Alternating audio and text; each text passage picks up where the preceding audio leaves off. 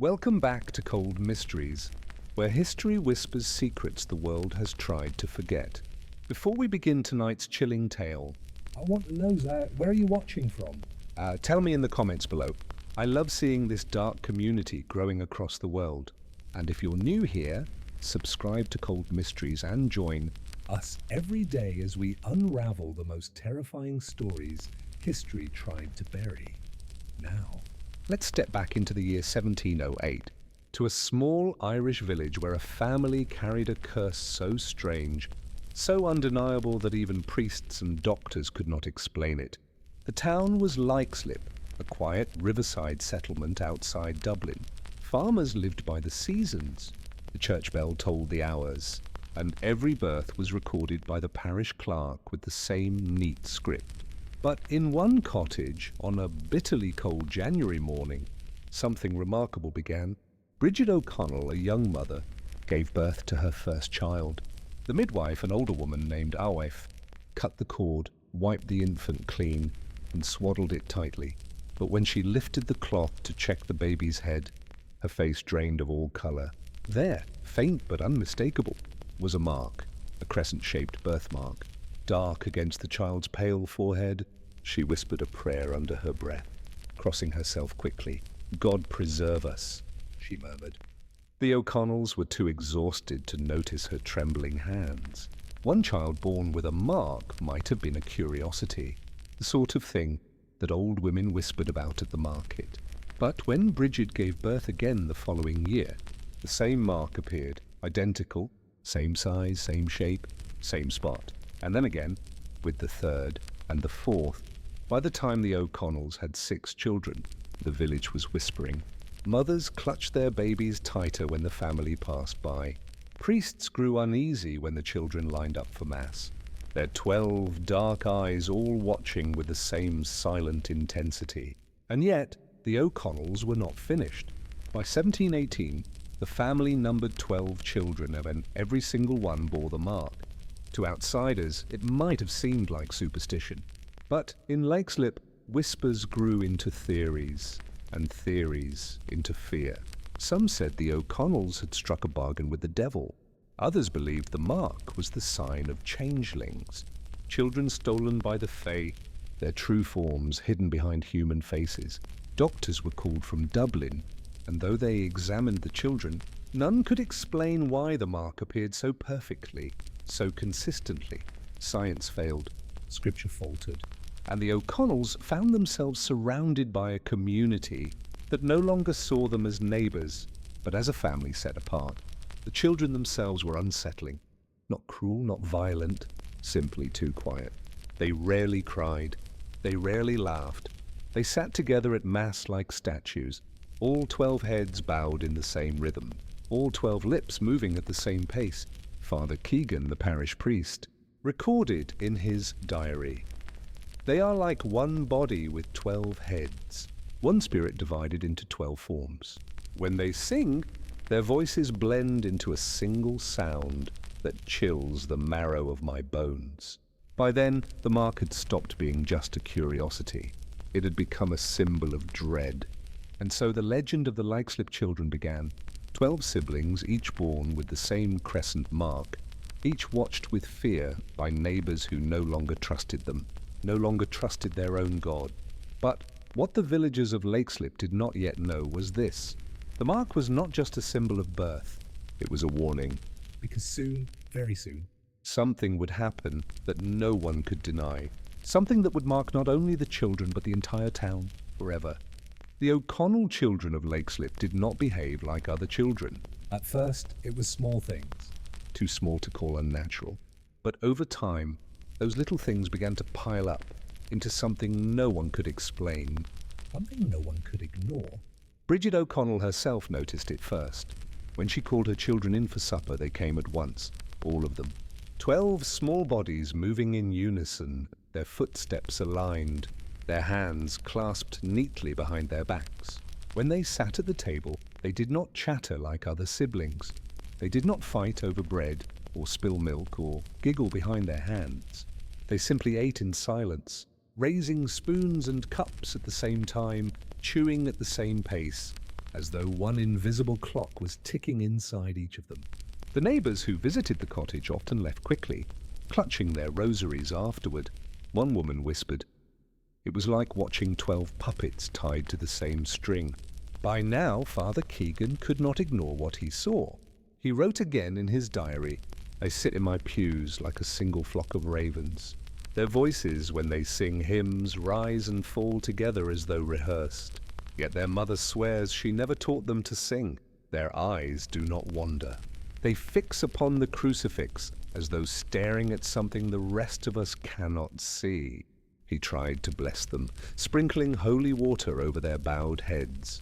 The children did not flinch. But afterward, he swore he saw steam rise faintly where the drops had fallen on their skin. He never spoke of it aloud. It was late autumn 1710 when the first true incident occurred. A neighbour's child, a boy of about 8, had been playing near the O'Connell cottage. He carried with him a toy carved from wood, a small horse his father had made. The O'Connell children watched him from the doorway. They said nothing. They only stood, all 12, in perfect stillness. The boy grew nervous under their gaze.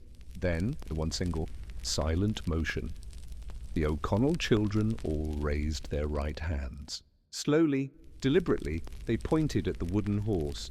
The toy split cleanly down the middle. No one had touched it.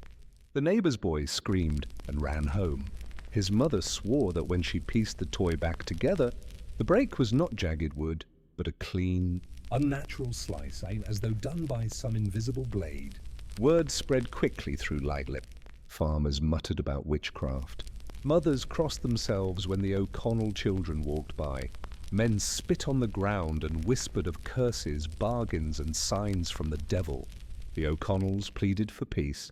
Bridget swore her children were innocent, that they were simply born different, and that God himself had chosen them. But no one believed her. By winter, whispers had hardened into fear, and fear had begun to shape into something dangerous. One night, as snow blanketed the village, a group of men gathered outside the O'Connell home. They carried torches and pitchforks.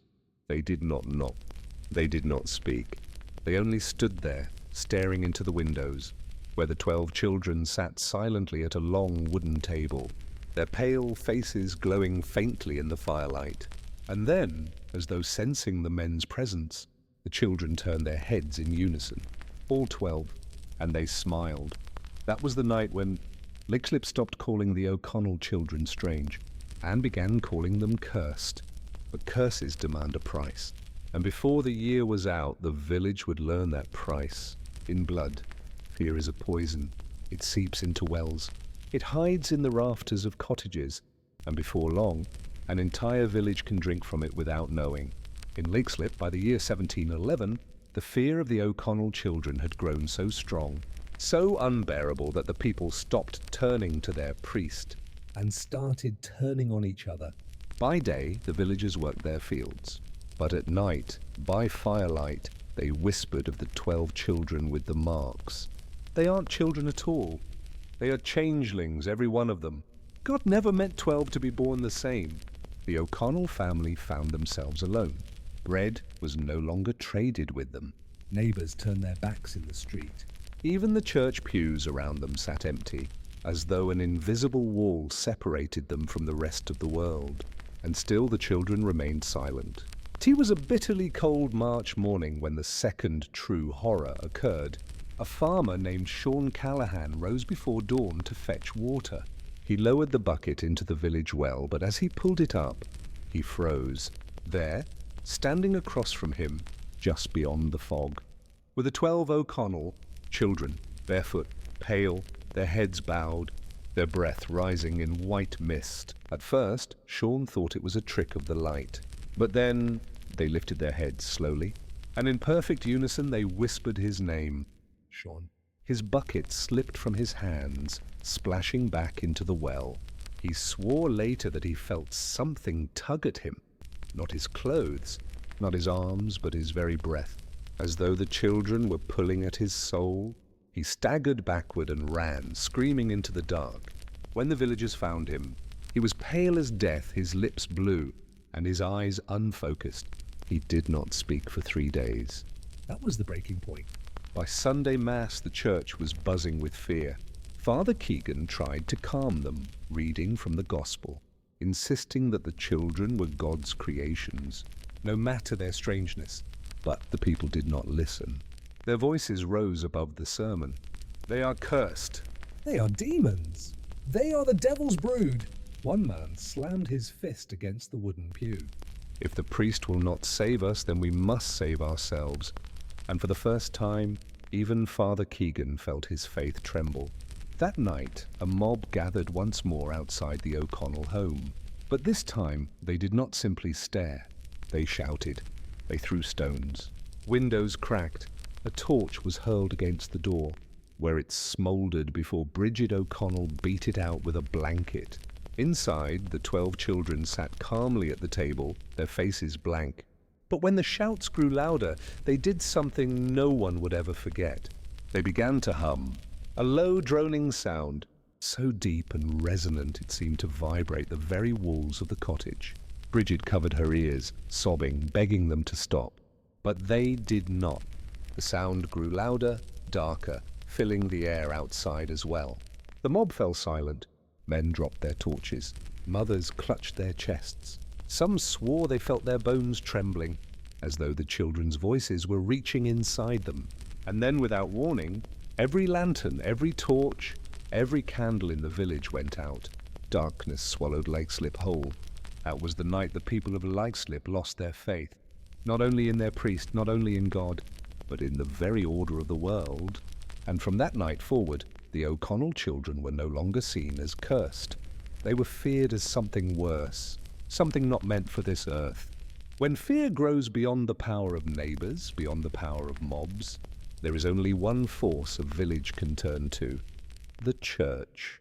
And so in the spring of 1711, The fate of the 12 Connell children passed from the hands of frightened villagers into the trembling hands of the clergy.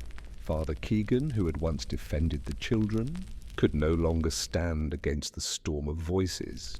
Letters had been sent to Dublin, and at last, the bishop himself dispatched 2 priests and a deacon to Leixlip. They arrived with holy water, silver crucifixes, and the authority of Rome behind them. The villagers crowded the church steps, begging them to banish the demons and cleanse the cursed brood. Father Keegan stood aside, pale and silent. In his heart, he knew what they would find, but he also knew they would not be prepared for it. The 12 O'Connell children were brought into the church one by one, though the villagers swore they should never be separated. Each was seated before the altar as the priests questioned them. "Who made you? Do you renounce the devil? Will you proclaim your faith in Christ?" But the children gave no answer. Not one word. They only stared. And here, something chilling was noticed. Though each child sat alone before the altar, the others, waiting outside, Mirrored their every move. when one crossed his legs, the others crossed theirs. When one tilted her head, the others tilted theirs. When one blinked, all 12 blinked together. The priests scribbled furiously in their ledgers, their hands shaking. Finally, they brought all 12 before the altar together. A silver bowl of holy water was lifted high. One of the priests muttered Latin prayers, then sprinkled the water across the children's bowed heads. The drops fell. They hissed. Steam rose from their foreheads, but not like burning flesh. No, the steam took form, swirling into shapes that seemed to writhe in the air. One villager swore he saw faces in the mist, dozens of them screaming silently. Another claimed he saw wings. The church bells tolled suddenly, though no one had touched the ropes. The sound echoed so violently that cracks split across the plastered walls. The villagers fled into the courtyard, some falling to their knees. Crossing themselves, weeping, the deacon dropped the silver bowl, shattering it on the stones. His voice trembled. "They are not children. They are vessels." Father Keegan begged him to stop, begged him not to say such words. But the others would not listen. One priest rushed forward, pressing a crucifix against the brow of the eldest child. The boy did not scream. He did not flinch. He only smiled, the same faint, eerie smile they all shared. And then every candle in the church guttered out. The darkness swallowed the room. Only the crucifix gleamed faintly in the priest's hand, until it too blackened, the silver tarnishing in seconds. When the light returned, the children were gone. No doors had opened. No windows were broken. The O'Connells and the priests swore the children had still been seated before them when the dark closed in. But when sight returned, 12 empty seats remained. The church bells rang again, tolling not the hour, but something else. Something no villager could name. For 3 days, no one saw the children. Their cottage sat dark. Their mother wailed at the door, clutching the mark on her own forehead as though it burned. And when the children returned, they were changed. They were no longer simply strange, no longer cursed. What came back to Leixlip after those 3 days was something colder, something older, something that would tear at the very fabric of faith itself. When the O'Connell children reappeared after 3 days of silence, it was as if something in them Had been replaced. They looked the same, their strange marks still glowing faintly beneath pale skin. But the air around them was colder, heavier. Even the animals sensed it. And soon, the entire village of Leixlip would feel the weight of their return. The children walked back into their cottage at dawn, barefoot, their clothes unstained by dirt or rain. Their mother, Bridget, fell to her knees, clutching them in relief. But when she looked into their eyes, she gasped. They were not the same. Once dull and vacant, their gazes now carried something sharp. A knowing, a hunger. They moved with eerie precision, each step in unison, each gesture mirrored.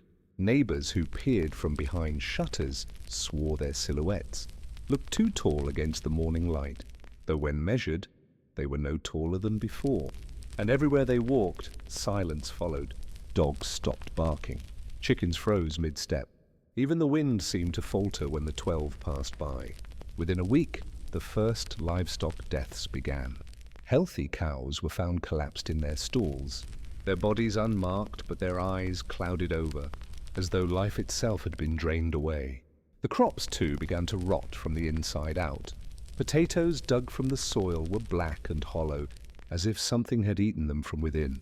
The villagers whispered that the land itself had rejected the O'Connells. Others whispered darker things, that the children had claimed it. Father Keegan begged the people not to believe such things.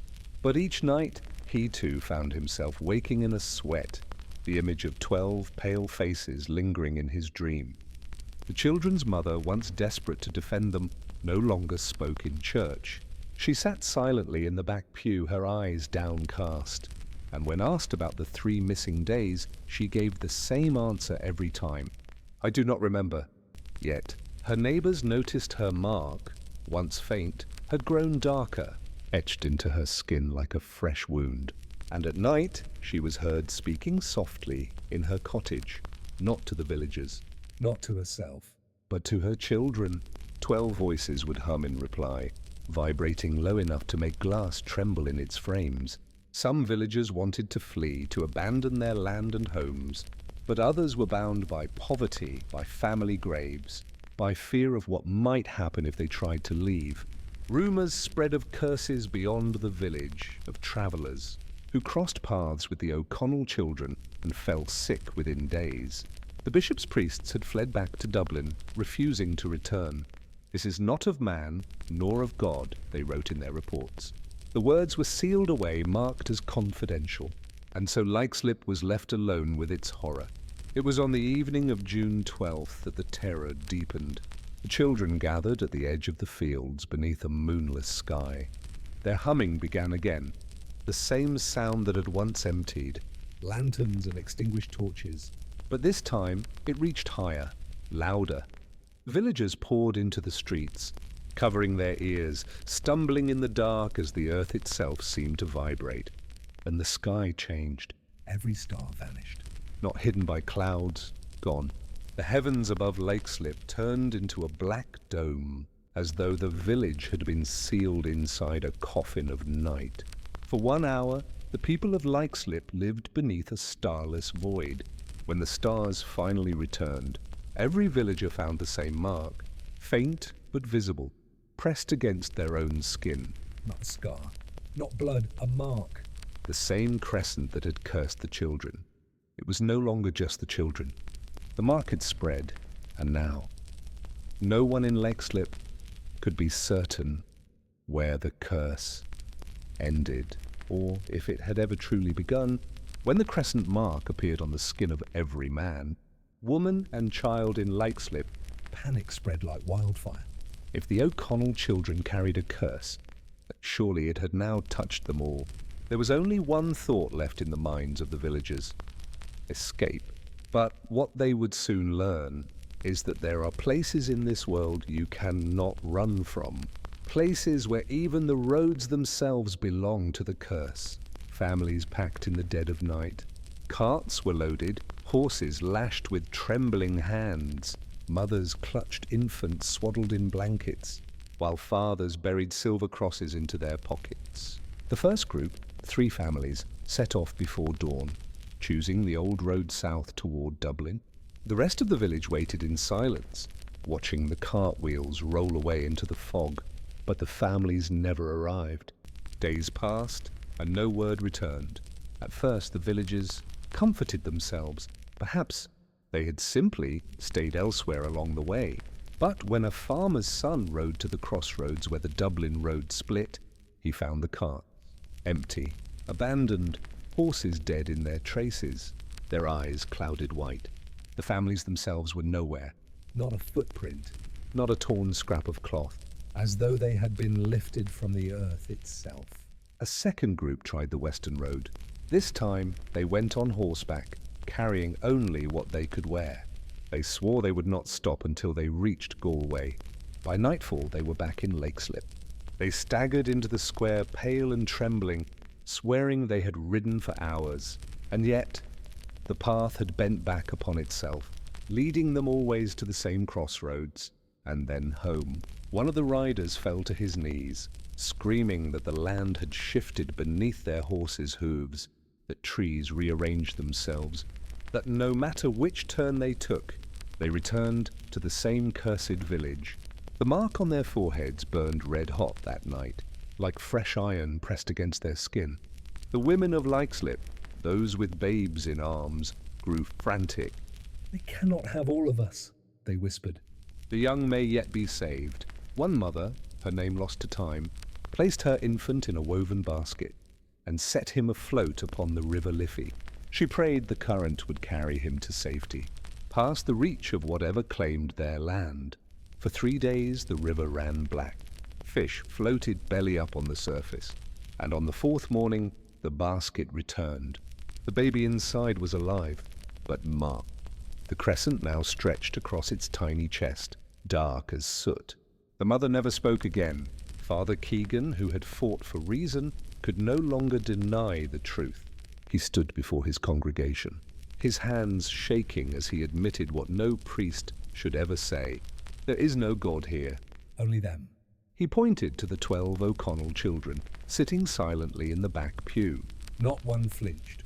Not one blinked, and the entire congregation turned, watching those pale, hollow faces.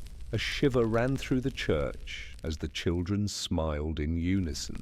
It was then the villagers knew they were prisoners. That night the church bell rang once again, but this time it tolled not by ropes but by itself. Each toll carved deeper into the mark on their skin, as if the sound itself branded them anew. The villagers wept in their beds, clutching their children, begging for silence. The bell stopped after 12 tolls, and at the 12th toll, every candle in Leixlip went out. Leixlip was no longer a village, it was a cage. And the O'Connell children? Were no longer simply cursed. They were the keepers of that cage. But what the villagers would learn next was even worse. The curse had not finished growing. Until now, the O'Connell children had been silent watchers. But silence is not the end of terror. It is the beginning. What came next was not the mark upon the flesh, but the mark upon the mind. For in Leixlip, even sleep became a battlefield. It began with one man, Thomas Riley, a farmer who had long resisted the whispers of curses. He confessed to his wife one morning that he had dreamt of the children, Not just seen them. but stood among them. They had been gathered in the old church, and he was forced to kneel at their feet. Each child had placed a hand upon his head, their palms cold as stone. He had tried to cry out, but no sound left his throat. When he awoke, the crescent mark on his forehead had spread down to his cheek, dark and swollen like a bruise. By the week's end, half the village had reported the same dream. The villagers soon discovered that they no longer dreamt alone. Husbands and wives would wake gasping at the same instant, recounting the same visions in unison. The children gathered in a circle, whispering words in a language no one knew.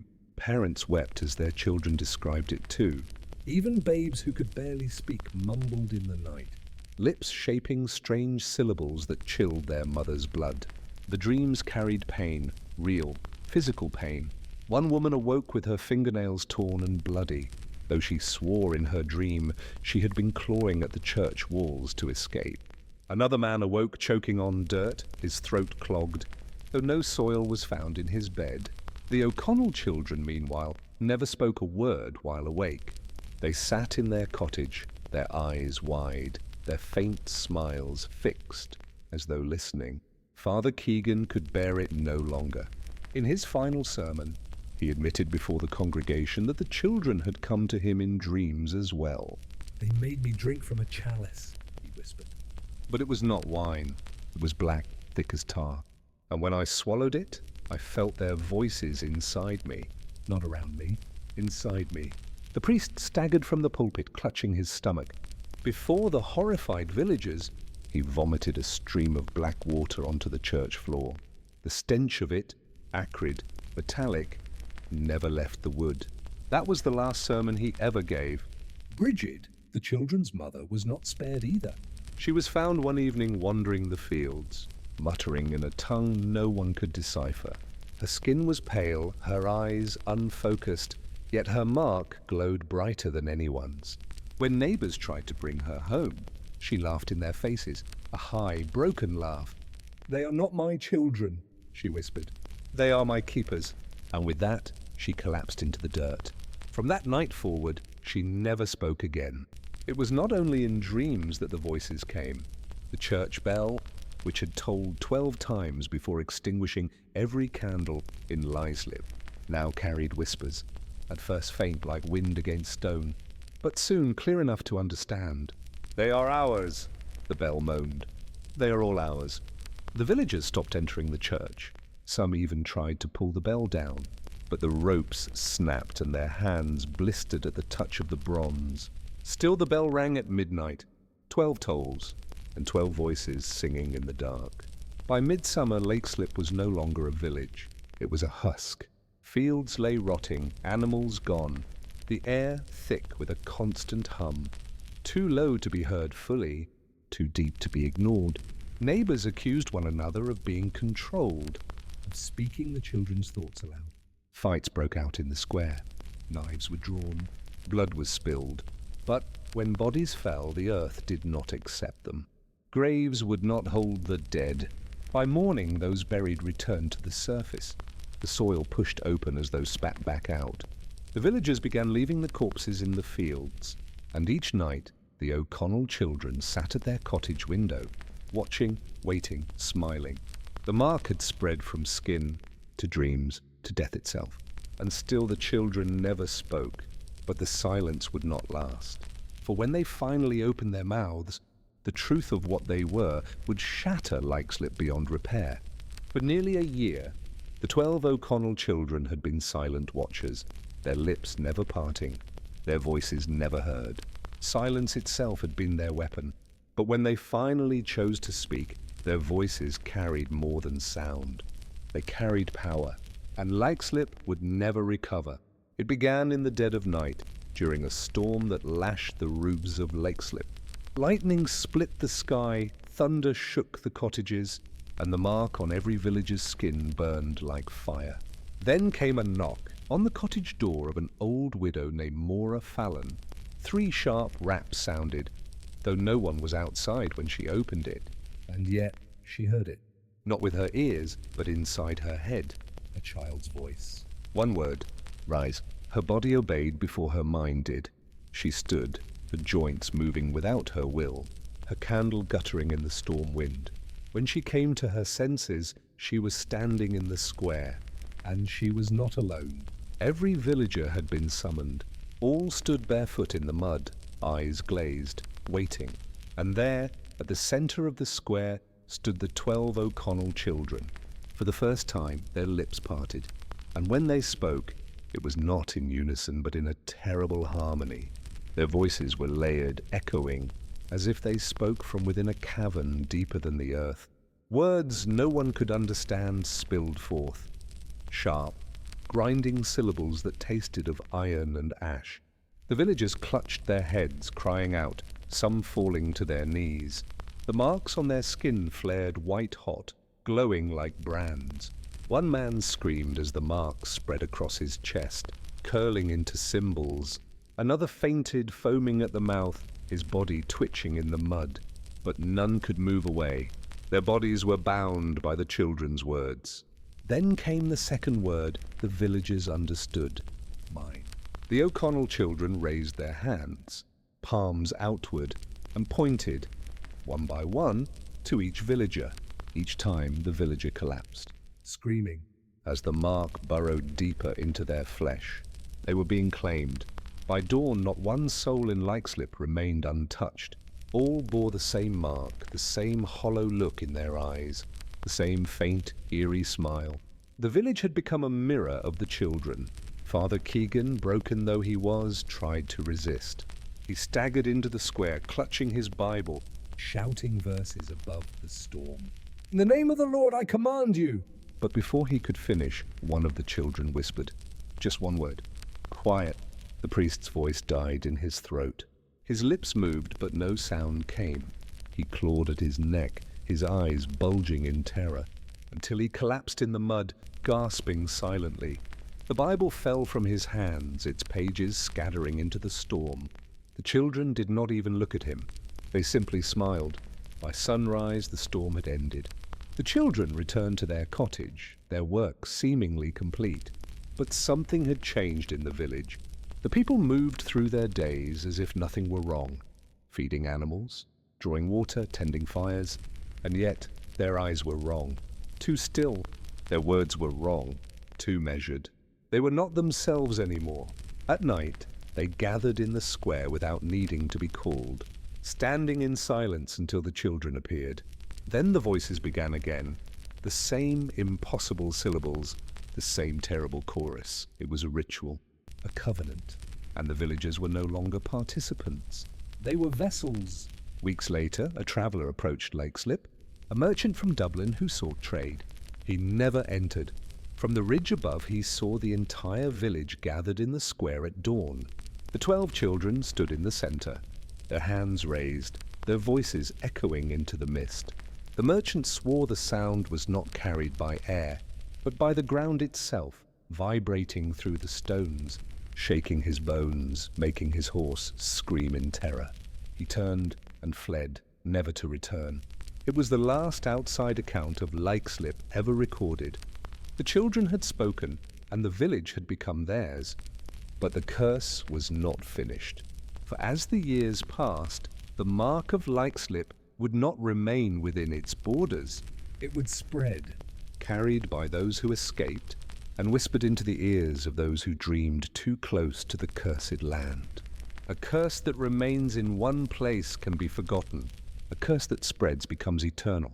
And the Leixlip mark was never meant to remain buried in one village. It was meant to travel. To infect. To multiply. The merchant who had fled from Leixlip never made it back to Dublin. His horse was found days later, wandering the road with foam on its mouth and eyes rolled white. His body was never recovered. But in taverns across Kildare, men spoke of a strange whisper carried on the winter wind. It spoke of children who could command without raising their voices. It spoke of marks that burned like fire. And though none admitted to believing, every man who heard the tale checked his forehead in the mirror that night, searching for signs. A handful of villagers, still clinging to fragments of their humanity, tried to flee Leixlip under cover of darkness. They staggered into neighboring towns, hollow-eyed, malnourished and trembling. But when questioned, they could only speak in fragments. I saw them in my dreams. One muttered before clawing at his own skin. They are not children, whispered another before biting his tongue until it bled. Doctors attempted to restrain them. Priests tried to bless them, but within days each developed the mark. Worse still, so did those who had tended to them. The curse spread not by blood alone, but by contact, By hearing. by dreaming. In 1703, a scholar from Trinity College, Dublin, Eamon Roche, travelled to Kildare after hearing rumours of Leixlip. He interviewed surviving refugees, documented their accounts, and tried to trace the history of the O'Connell family. What he discovered terrified him. Every testimony contained the same phrases, the same syllables, words that repeated themselves even when the refugees were not conscious of speaking them. Roche wrote in his notes, "These words are not human. They seem to act as keys, opening the mind, bending the will." Even when I record them silently, I hear them again in my dreams. Within weeks, Roche was found dead in his study, his journal scorched black. Only one phrase remained legible. "They are learning to speak through us." Soon, strange stories began to emerge from Dublin itself. Children were born with crescent-shaped birthmarks on their temples. Entire households awoke screaming from the same dream, a circle of pale faces whispering in the dark. Doctors dismissed it as hysteria. Priests warned of satanic influence. But none could explain why the black water, the same tar-like substance vomited by Father Keegan, began appearing in household wells. Some families fled the city entirely, claiming the water sang when drawn at night. Back in Leixlip, the village itself seemed frozen in time. No smoke rose from the chimneys, no fields were tilled, no animals roamed, and yet travellers swore they saw figures standing in the square, perfectly still, their eyes following from a distance. When brave men tried to enter, they found every door unlocked, every cottage furnished, but no sign of life. Only faint whispers echoing through empty halls. The O'Connell children were nowhere to be seen, and yet every traveller agreed they were being watched. By 1705, nightmares of Leixlip began to appear in towns across Ireland. People who had never set foot near the village dreamt of its children, dreamt of the mark. One young girl in Cork awoke screaming, the word "rise" carved into her skin as though by an invisible hand. A fisherman in Galway drowned himself after weeks of hearing children singing in his sleep. The curse had become airborne, travelling by story, by fear, by dream. The Leixlip children had outgrown their village. They had outgrown their silence. Now they had found a new way to live, not in flesh, not in blood, but in the very minds of those who heard of them. And if the stories are to be believed, their mark has not vanished. It waits even now for the next dreamer to listen. Curses do not always die with the people who first suffer them. Some move like fire, consuming a family, a village, a town. But the Leixlip children? Their curse was different. It spread like smoke, invisible, creeping, waiting. And centuries later, it has still not burned out. By 1710, Leixlip had been erased from official maps. The land was left untended, the cottages allowed to rot. Travellers avoided the area, whispering of shadows in windows, of laughter heard in fields where no children played. The church refused to acknowledge it further. Trinity College locked away Roche's surviving journals in their forbidden archives, but a single letter from that time remains. Written by a midwife in Kildare, it describes a newborn.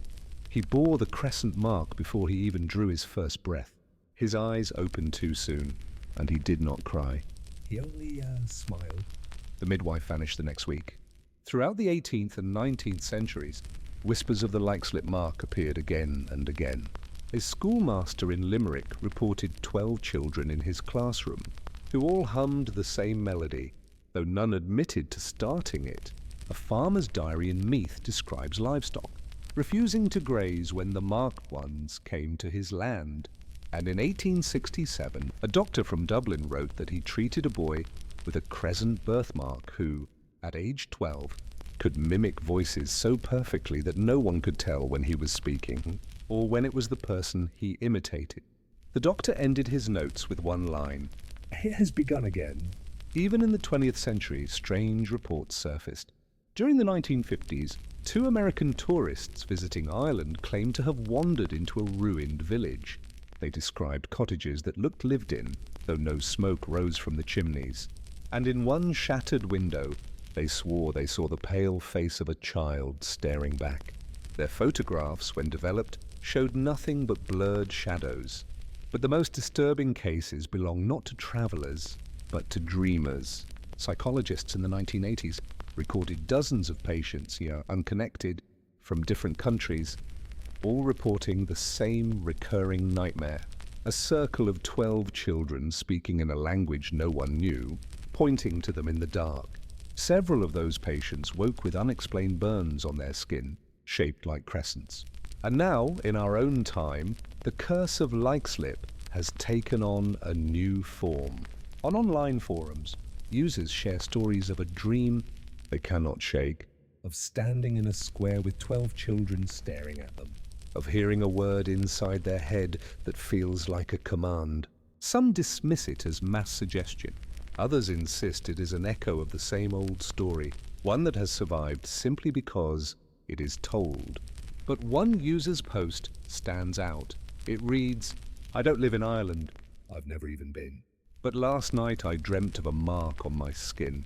And when I woke, It was there." Attached was a photograph of a crescent-shaped burn. The account was deleted hours later. so what was the truth of the Leixlip children? Were they victims of a plague, born cursed by nature? Or were they something else entirely? Not children at all, but vessels for something older, darker, waiting to speak through them? The church buried it. Science ignored it. But the dreams never stop. And even now, in the silence of your own room, you may feel it. A faint burning. Just above your temple. Check your reflection. Look closely. Because if you bear the mark, You are already theirs.